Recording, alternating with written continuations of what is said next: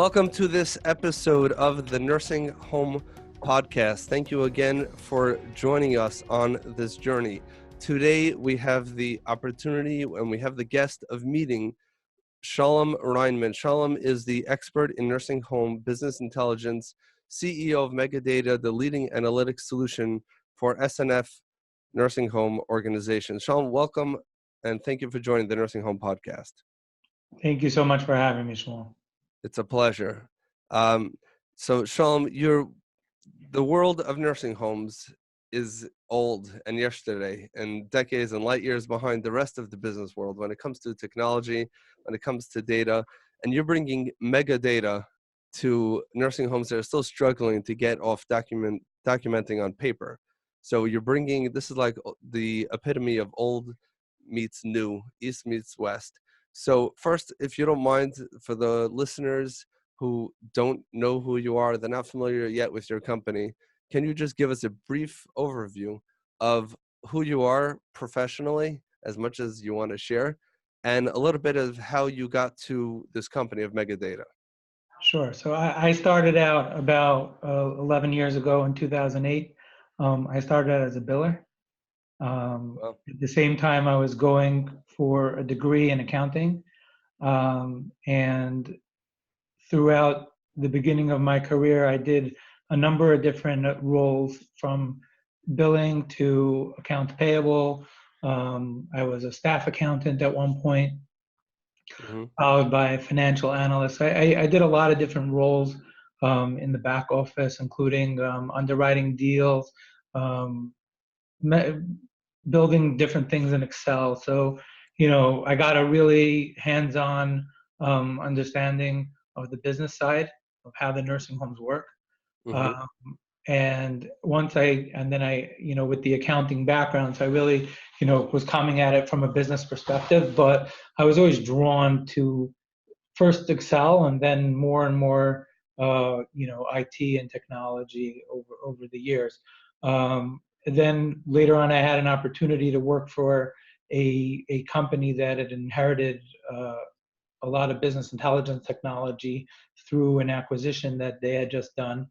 And I got the opportunity to work and have that exposure to what business intelligence was and business intelligence technology.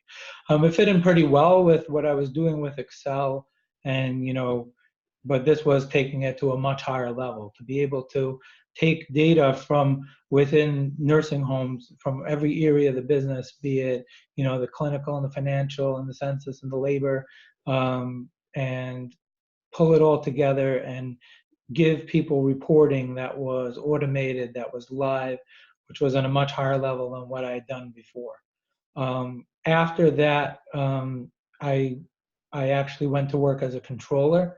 So with my accounting background, I got back into the accounting side of things, and I was working for a company that was pretty small at the time, and I was involved in the accounting and the accounting processes.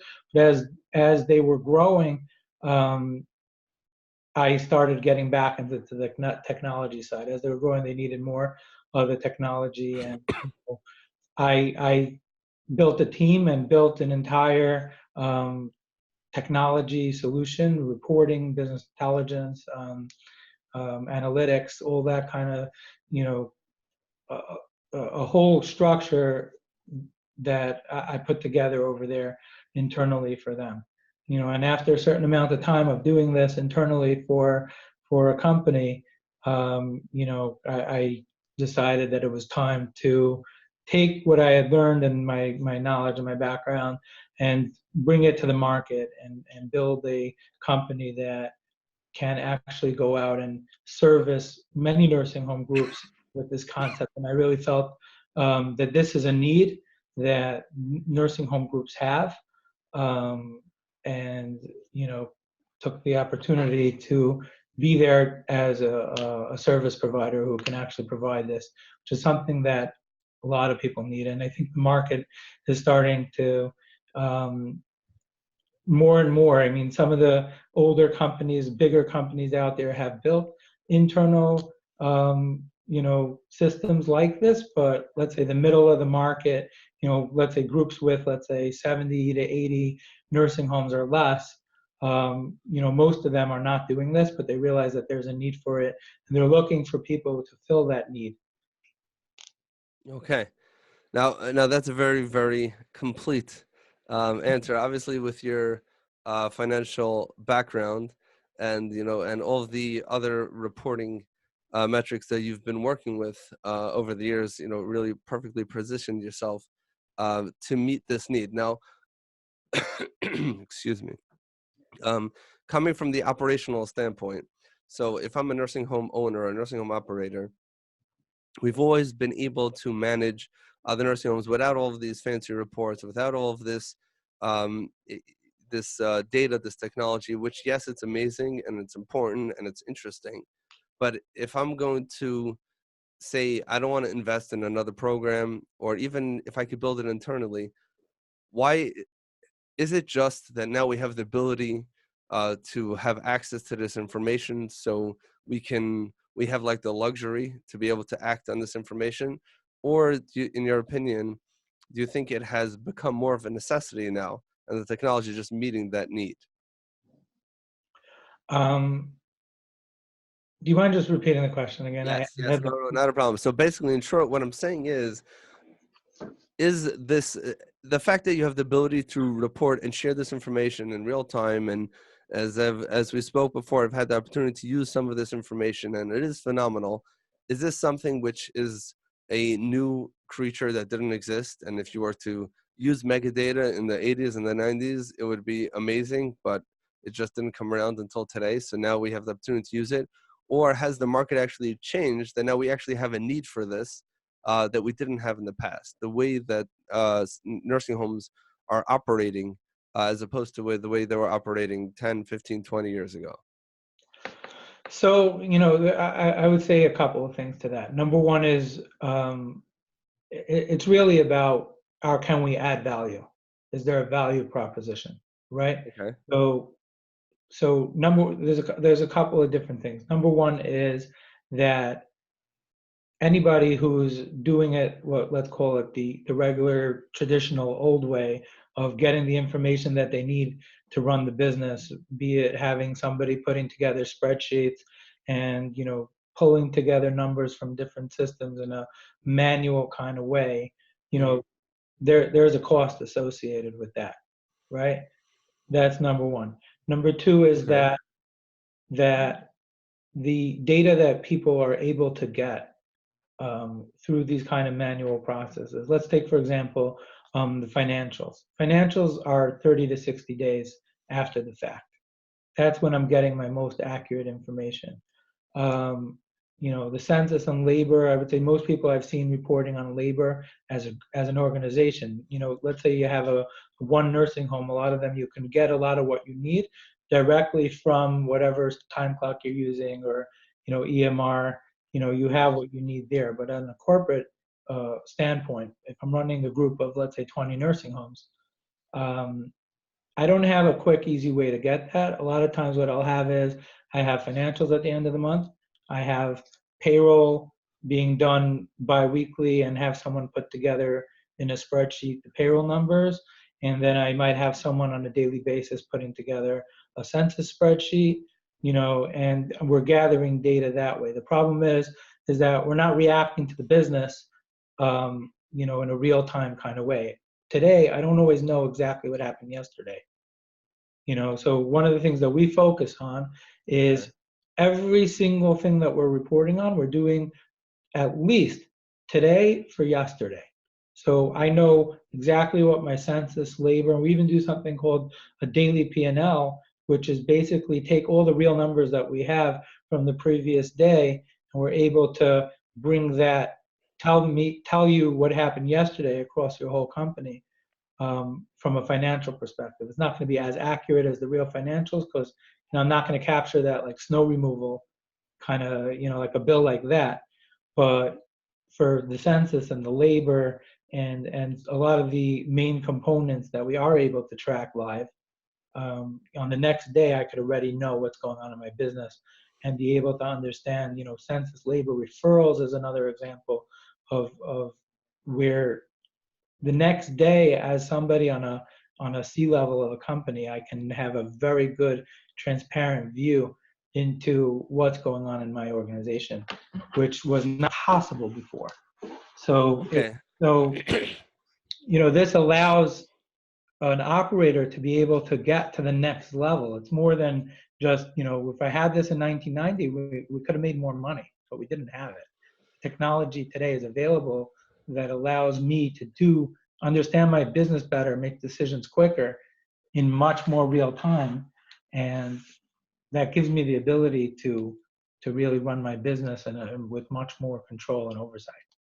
Okay. So, I mean, thank you. I mean, the short answer to the question is that another if is that perhaps you could live without it. Now, before you jump on me, in other words, if I'm finally got together enough money from my friends and relatives and banks and whatever, I finally got my first nursing home together, and I'm struggling with survival, and my goal is to make it from payroll to payroll, and finally eventually get rid of some of the bumps in the road, have a smooth operations, and eventually I'll be able to sit and get to the 40,000 foot view. And if someone is going to say, "Oh, you could see all this data in real time," I'm like, "Data? I don't want to hear anything about data right now. I just want to make sure that that there's a nurse coming for the next shift. I want to make sure that there's enough money in enough cash flow to make payroll this month or this week." And so for them, they're going to say, and you're going to push back with me. You have all this data. That's great, but I can't deal with it right now. So for them, they probably wouldn't be a good candidate necessarily for such a thing because they're not looking for this information. They probably don't even have the ability to act on the information if you were to give it to them on a silver platter. On the other hand, if you have a larger organization, again, you quantified it a little bit before, then for them, where they have people who live on that 40,000 foot view and they don't get involved in operations because they're bigger, because they need it, because they have the ability to have it. So for those people, they're going to come to their office and now they could pull up these fancy spreadsheets. They can actually do work instead of just sending around GIFs about whatever's going on that day. They actually have the ability to see things in real time. Now, I want to just make sure for our listeners who have never seen a P&L, or for our listeners who have never looked at the financials of a nursing home, and we're not just talking to administrators and operators, talking to professionals on any level in the nursing home industry. So if we want to let's leave financials on the side for a moment, although actually that's not. Let's just focus on what you said. You said something called the daily P&L. That is absolutely phenomenal. Um, if I want to address just the question you raised before. Okay, go ahead. You are jumping on me, but that's fine. Okay. No, so I would say for one facility, it's not our target audience. Our target audience is organizations that have, let's just say on the low end, some 7 to 10 facilities. And this is a solution that when someone's running 7 to 10 facilities or more, 10, 20, 30, 40, 50, it's very hard to scale and to keep that level of knowledge of what's going on the ground and the day to day when without having some kind of solution like this that's going to help me keep track of what's going on in my organization. So I look at it as this is a tool that helps organizations that are growing into that mid-level or organizations that are already there to be able to run at scale in a much stronger way. It's for one facility, it's hard to create a value proposition. Like you said, they're trying to just get through the day. Um, um, And also another point, they're not just trying to get through the day. They know what's going on, right? If you have a one right, facility, that owner, you know what happened. You know that Lisa called out yesterday, and you know that the snow. You actually came with your truck and removed the snow yourself. And the P&Ls, the cash flow is on. Your one account is on your phone, and you check it 6 times a day. So correct. from that But aspect, I will say that I will say that within an organization, I'll put it this way: we won't go and market ourselves to one facility because we don't believe that there's enough impact that we can make on one facility. However, within an organization, we do have tools that are helpful to a facility, such as we have an administrator dashboard that gives you the metrics for yesterday, your census, your labor. We're adding some clinical things on there, like the incidents that happened the previous day, and some recent trends. There is a few things that we're able to provide to an administrator in one place that gives them high level, a lot of things that they need to know about what's going on in the facility from like a metrics perspective. Again, I wouldn't go ahead and sell that today. Perhaps down the road, as we evolve this more, sell it to one nursing home. Our Right. primary focus is helping the corporation run a multi-facility organization. However, we do have a value for an administrator, but that's like secondary to what we're providing on the corporate level, and that may change over time as we develop more tools around an administrator, which is actually something that's part of our focus. Okay. Okay. Fair enough. No, that definitely makes a lot of sense. Now, if I, not every organization differs as to what level they've embraced um, technology. So some organizations may have everything a separate system for something for payroll, something for a system for their financials and for their nurse documentation, for the time clock, dietary. Each they may actually have everything, but there might be some system. Some companies that have less systems. And from what I understand, and from my experience being an administrator, a lot of times you have so many systems, so many logins, and each one has their own ability to create certain basic reports, it's probably too difficult and time consuming to actually do it. And even more importantly, there's nothing that pulls it all together. And that's where your software comes in, pulls it all together in a very realistic, real time way, in a way that it's actually it's actionable. But what do you say to a facility that's only partially online, so to speak, and some of their systems are still paper, let's say, and some of them are online? Or are there certain companies that you work with and certain ones which you don't, which means that oh, we're using point click care, oh, you can work with us. We're using a different system, you can't work with us. How do you deal with that?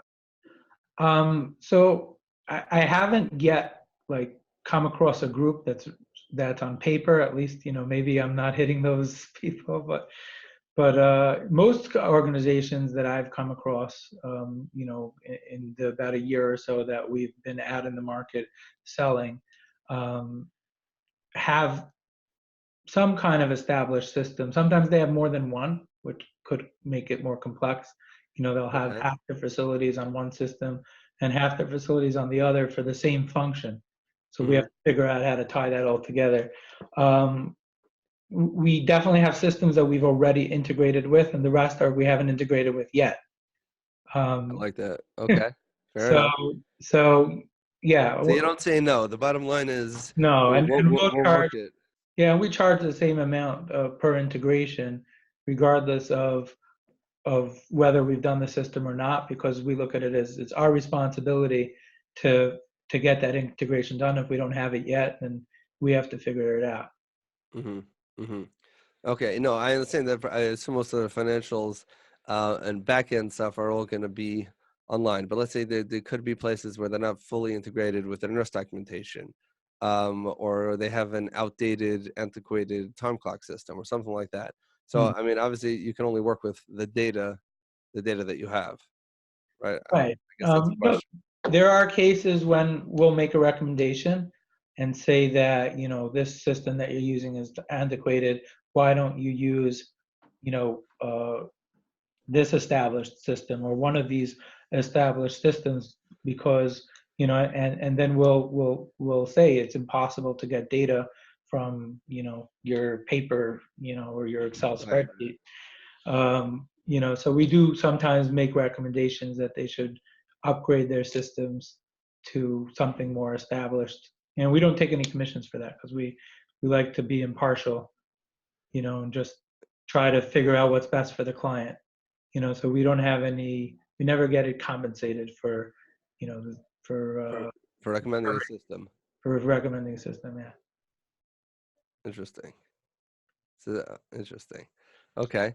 Because that could potentially be a big revenue stream, because that's you're explaining them the reasons why, but I We, respect we the yeah, integrity. we want to be an advisor to the client. We want to be able to help them with their data strategy. We want to be able to help them, how to use data to help them drive their business. And we don't want to have, like, you come, you work with us, and you get this person that we're friends with that we're pushing on you, and that one that we're pushing on you. It's more like we're trying to help you figure it out. So once we would take any compensation from one software provider, then we wouldn't be able to play that role of advisor and with integrity. Well, well, so again, this is something which is evolving, especially if you have a nursing home operation that's been around, let's say for 7, 8, 9, or 10 years, where they've been doing, they're just finding, which system works best for them, and where things were less organized and less data driven, and there was less ability to report on things, and now, oh, okay, we need a system for this, we need a system for that. Those operators specifically, things, it can really be overwhelming. Have so many different systems to look at, and you may not even remember to look at all of them consistently. So yeah, we have the P&Ls, which is obviously a report card of sorts, but like you said, by the time you get to it, that could be a month, 2 months behind, and that ship has sailed, and you don't even remember it anymore, why Right. things were the way they were. And I know, you know, I remember as an administrator receiving the financials, and your goal is to try to, look at the biggest, worst numbers and try to figure out what actually happened and what are you doing to change it. And sometimes that ship has already sailed. Now, Right. if you had to name the number one biggest problem that your solution solves. I know we spoke about a couple of different things, um, but specific to the changing operational style that exists now in the nursing home world. Like we know, there's a lot of organizations that are turning belly up. At the same time, there's a lot of organizations that are growing slowly but steadily, and they're becoming more and more robust. Um, I guess the question is there a correlation, in your opinion, between the way that they manage uh, the different sources of data in the overall success of the organization? I'll add one more point, and that this is similar to the question we started off in the beginning, is that I people know that now we have the ability to have all sorts of reporting and all sorts of exciting things, and one thing you didn't mention about your system and is the visual appeal, is that a lot of administrators and operators, sometimes we get these long complex spreadsheets, and we have to try to figure out what in the world does all this information even mean at the end of the day. And I know that your system is very easy to understand. You don't need to have your background. You dummy it down for the people who are running up and down the hallways, and that's Right. a huge value add that makes it so much easier to act on it. But my question is, do you see a correlation between those who embrace the technology in the way that your company is allowing them to do, and the overall slow, gradual, but strong growth of the facilities, and some of the other facilities that are ignoring it or hoping that it goes away? So I think that to address and some of the things you were saying earlier, it's important to understand, like you were saying before, about how some people are still on paper, they didn't figure out their systems yet. I think that the successful organizations, the ones that grow and make money and do well, um, there's a maturity process that they go through. Maybe they started out with one or two or three facilities, but as they grow and they scale, they have to become a corporation that has processes, that has systems in place, that's able, and I think part of that journey, before we talk about business intelligence and MegaData, part of that journey is getting an EMR in place across all their facilities. I think that the most successful organizations have one system across all their facilities for each function, such as an EMR, a time clock, and when they get an acquisition, they get a new deal, they immediately will put in all their systems, not just software, whatever it is that they're successful, that's working for them as an organization, however they do, let's call it dietary, housekeeping, laundry, therapy, pharmacy, Hmm. the software systems. The companies that are successful, they have processes, and they do things in a certain way that works. Once they figure out what that is, that's working, that's successful, and they get a new building, they bring all that to the new building. However, Awesome. how they do business, right? And as these companies mature and they're figuring out what works, MegaData is a way that they can bring the data understanding and the understanding of the knowledge of what's going on in their business across the organization to all their nursing homes, and it becomes another step in the maturity process. So if we're talking about somebody who has, they're still on paper, every facility is doing something else, it usually means that they're in an early stage of that maturity process. And as they're getting more sophisticated, MegaData is a step in the process of getting more sophisticated, and we help companies grow. And I can't tell you exactly the point in time that that's the right time to do it, but if they're still on paper and they don't have systems yet, then they're probably not ready yet for a MegaData. Most Awesome. of the So, companies, Shalom, yeah. no, I'm really happy that you just said what you said, because to many people, and it just clicked in my brain as well, to many people, they see it that there's, especially, those who are involved or are involved in operations, is that we have operations, we have what we need to do, and then we have those people, those corporate people who come in and they throw reports and data and all sorts of stuff at us. And our goal is to be able to defend ourselves against whatever it might say in that data, or even better, and this is much more fun, is to discount the information and say that that's old, or it's inaccurate, or the whoever the input was inaccurate. And it's almost like a fight, operations versus data. And I think it comes from a fundamental misunderstanding of the role of data, and that it's not a separate entity. There's really no difference between what actually happens in the facility and the numbers that are being thrown. Is just a representation of the actual facts. And a big part Right. of the problem is that when you see complex spreadsheets, which many have been, have had to consume, and tons of data, which is not easily understandable of what it is, it appears as if there's two things. There's the world of operations, and then there are those spreadsheets that we have no idea what they actually mean. If numbers was my thing, I would have been a financial analyst. I'm a people person. I'm here to deal with upset, irate residents, family members. I'm here to make holiday parties. I'm here to, I'm a marketer. I'm out there in the hospitals and the senior centers, and that's what I do. And don't bother me with numbers. Yeah, I'm going to make sure, the general terms, that census is up, overtime is down, try to keep people happy, keep the rooms full, and call it a day. Then when you come and you throw me these spreadsheets at me, I'm like, that's like another whole thing that doesn't really mean anything real to me. And therefore, I'm just gonna. It's just something I have to deal with. And the financials, the monthly financials, which I get, is gonna be a uncomfortable conversation that I need to have with those who hire me, because I see it as fundamentally two separate things. What you just explained really helps understand that it's not really that. It's software is just another system. Right.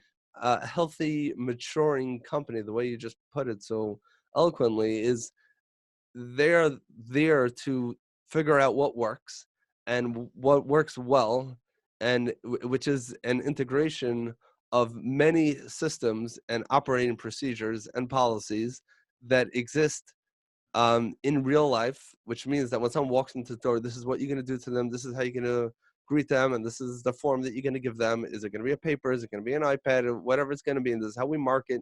This is how we serve food. This is how we administer medication. This is how we deal with compliance, regulation. We have systems for everything. And included in that, some of the systems are hands-on. Some of them are papers. Some of them are on computers, but it's not a separate system. And especially if you move above the facility level and you go to the C level and the executive level, and now you're looking down, and there each facility is another manifestation, another application of our operating secret. So then using this system, broadly across an organization makes sense. Sometimes owners or operators will withhold, from implementing any particular um, system across the board because they want some sort of leverage, right? If we give all of our buildings to point click care, then then we can't negotiate on price, or Mhm. or maybe we might not be 100% satisfied. But what you're saying is no, have that system in place, which includes data, which includes online systems, and it also includes policies and procedures, and it's all the same thing. Once you figure out what works, then you can go and you do it facility to facility. So I think that that's something that you'll get a lot of pushback. I'm sure you've had this pushback. You come to an owner who fits exactly the right, they have 14 nursing homes, they're growing, they finally have most of their facilities are on one system, most of them are here. You had to have those 2 new facilities that they bought that are still kind of shaky as to what their data is up to, and now they're a perfect client, and you're like trying to throw them this, you're trying to pitch your service, and they're like, what do we need it for? And what you're explaining, at least I think the way I'm understanding it right now, is that it's not another thing that you're throwing on them. It's really organizing that which they already have, and by you not accepting commission from other people, initially, essentially what you're doing is you're saying it's complex. I get it. There's a lot of systems. They don't usually talk to each other. We're going to help you choose the right systems that work for you, and bring them all together in a way that is actionable. Does that make sense? Am I kind of Yeah. getting it? Yes. Yes. No, And because I would find that most of the organizations already are on systems that, for I would say 90% of the time, they're on regular, standard, straightforward systems and are not on the paper. So so let me ask you a question. I know I got that. I got one that. more thing, one more thing, just about what you were saying before about the data being something that's, you're defending and Yes. it, I think that actually brings up an interesting point, is that every organization that we work with, and this is how we differentiate ourselves, I think, from some of the other softwares out there that just have like a standard set of reports. Hmm. You can either you like them or you don't. Hmm. We work to understand the culture of the organization that we're getting involved with, and how the data is used has a lot to do with the culture of the organization. It's not necessarily us as the providing the reporting and the reporting solution. It's more about the operator and what they do with the data. Do they use it as a way to hold people accountable in a very strict way, or do they use it to coach, or do they use, and that really depends on how that organization runs and what's the culture of how they interact and what they do with it. What we try to do is get into the organization as we work with the organization to understand the pulse of the organization and how they work. And every organization we work with has different preferences of how they want to share data with the facilities. Let's say some of them won't share financial data with the facilities. Some will. Hmm. Some of them don't want their administrators to have a lot of information. They want it to be more minimalist, give them exactly what they need because, like you said, they're busy with the families, they're busy with the survey, they're busy with all this. Just give them some high level key information that's just going to keep them, knowing that these are the numbers that we care about, but don't overload them with reports. And some organizations Hmm. the other way around. We want them to be responsible, to know every single number, even though they're busy. They'll do it, look at it at night, go through everything. It's really, and we try to work with the organizations to do it in the way that they want to run their business, and that's what works for them. We don't have an opinion about what's the best way to operate. Sometimes we have some best practices that we could bring, but we try to align ourselves with what the organization is trying to do. I see. So I mean, so obviously this can't be an off-the-shelf product. So I guess it's customized to the needs of each company. Is that correct? So yes and no. So on the one hand, we've figured out how to build an infrastructure that, for the most part, is something that we can reutilize for many, multiple customers. But at the same time, there's a certain, the front end of it, the under the hood, there's a lot of the same, Hmm. but for the front end of it, the end result of who's going to get what emails when and who's going to see what dashboards, and a lot of that we will customize and make it Got it. fit the organization. Got it. No, that makes sense. Now let me say another question. Do you have the ability? I'm assuming your MegaData. You have the ability to track utilization of how frequently people log in, right? Yes. Okay, so now to what extent do you find that obviously owners and people on the executive teams, for them they want this information to be shared like you just said, each one has their own style of how much they want it to be shared. They want it to be shared because they want it to be acted on. At the end of the day, Correct. everyone wants the company to be successful. Do you find that administrators, operators, or whoever receives these reports, that they actually look at it and appreciate it and act on it? Like, does it work, bottom line? And what does it take to get people to really get it, like and have that aha moment where, like, wow, this is not something separate, like we just spoke a few minutes ago. This is something that's actually going to help me. It's not one more email in my endless inbox which never stops. This is actually something that's going to help solve a problem. So it's a question, two parts: A, are people using it? And B, how do you encourage them to use it, or do you encourage them to use it? So definitely, definitely people do use it. What we find is that there's a level of engagement that starts at the top, and that's our approach. Is we start at the top of the organization. We first engage the C-level people, help them get information, and then we work our way down the organization. And as the top of the organization starts to use what we have, and then they start to ask the regionals to use it. And once the regionals are bought in, then they have the facilities start to use it.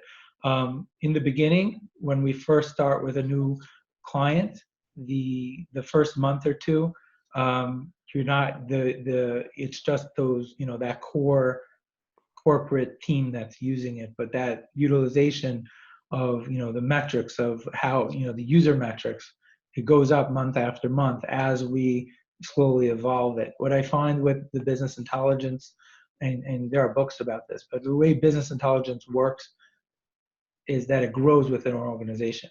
So you have certain engaged people that will engage with it and get value out of it, and they're gonna ask the people, who report to them to get engaged with it, and they also will tell other people in the organization that this is working. Why don't you use it for that? Why don't you use it for that?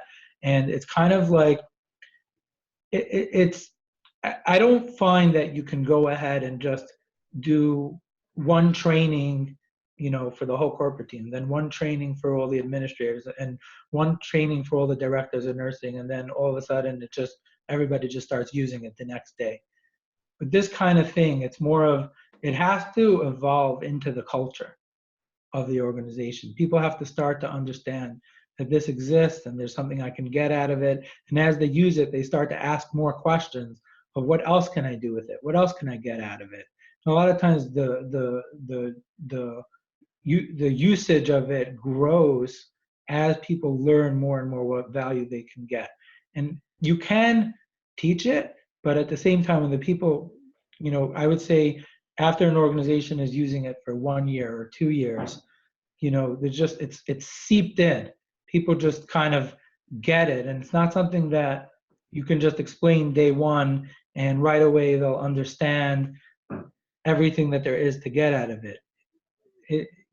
They understand the basic things they can get, but over time they come back with more requests and more things. And now that I was able to get this, I want to be able to go a little deeper and get that. And it's kind of a learning curve that just happens over time, where it just gets more and more into the culture, where the organization is developing a data-driven culture. Yeah, okay, awesome. Yeah, that's exactly where I was going. Is that it's the reason for that is because you're not just it's not a software. It's changing the way people operate. But you're being operating from putting out fires and operating from what armchair analysis, what we think makes sense or what worked yesterday, to operating based on data. Data doesn't lie at the end of the day. As Correct. long if you're putting in accurate data, the data is real, and if you're getting it in a timely way, in a way that's consumable, meaning visually appealing and simple, um, or again, depending on the level of complexity that you need. So then that can eventually that can change a culture.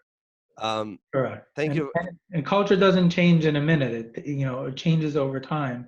And I think it starts with having a goal that I want my organization to be more sophisticated and more data driven. And then over time, when you make that commitment to invest in a data infrastructure, over time, that data driven culture develops. Well, wow. Shalom, it's been a pleasure having you on the Nursing Home Podcast. I really appreciate you coming on. Um, Honestly, a light bulb just went on in my brain.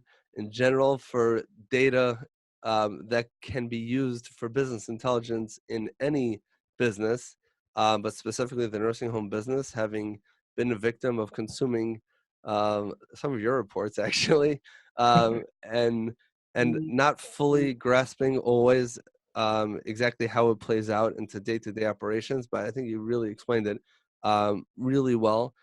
If before you go and you tell us where's the best place for people to learn more about this, um, is there any particular myth or misconception that people have about data that you want to dispel before we let you go? So, specifically in the nursing home industry and what people think about data and what it's really all about.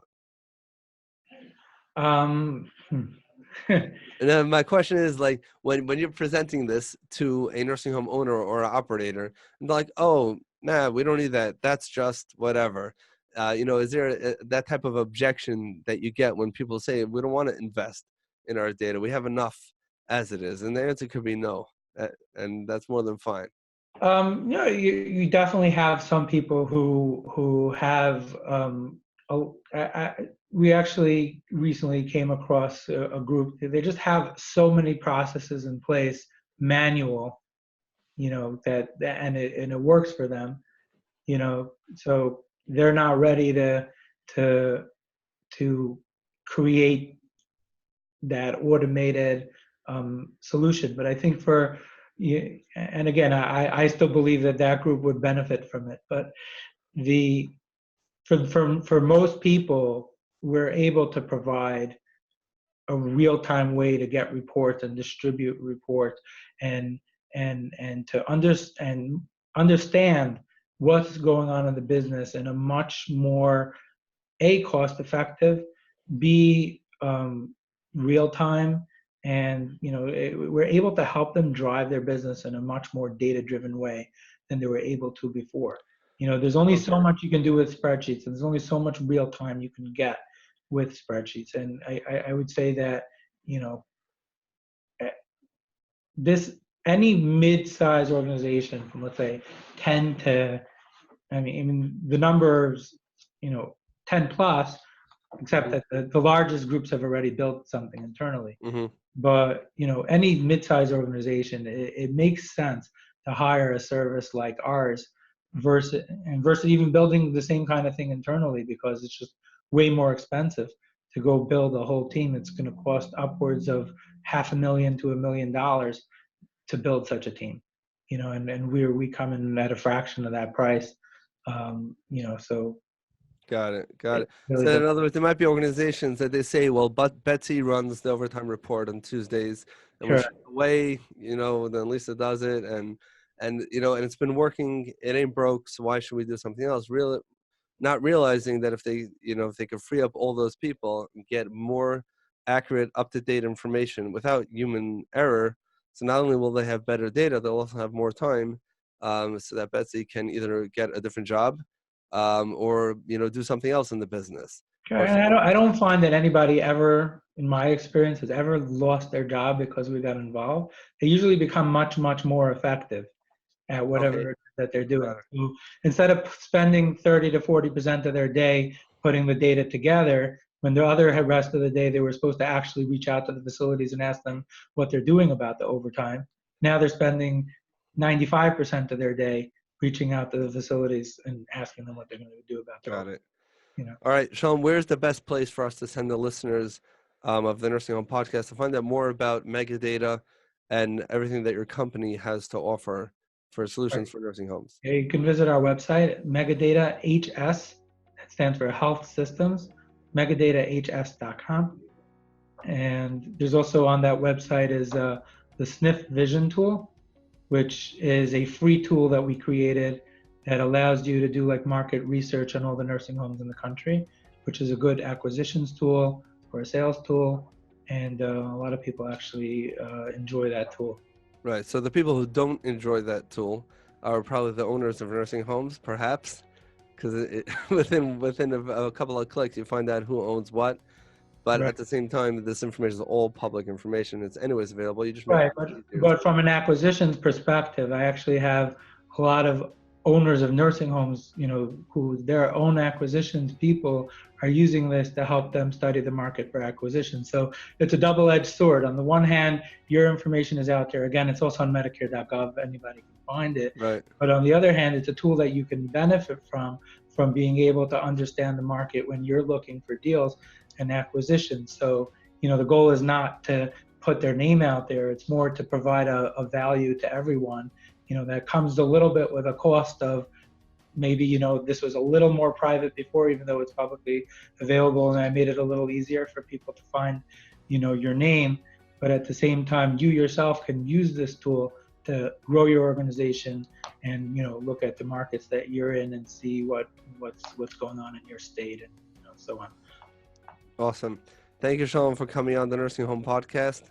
Look forward to sharing this with all of the Nursing Home Podcast listeners in the very near future.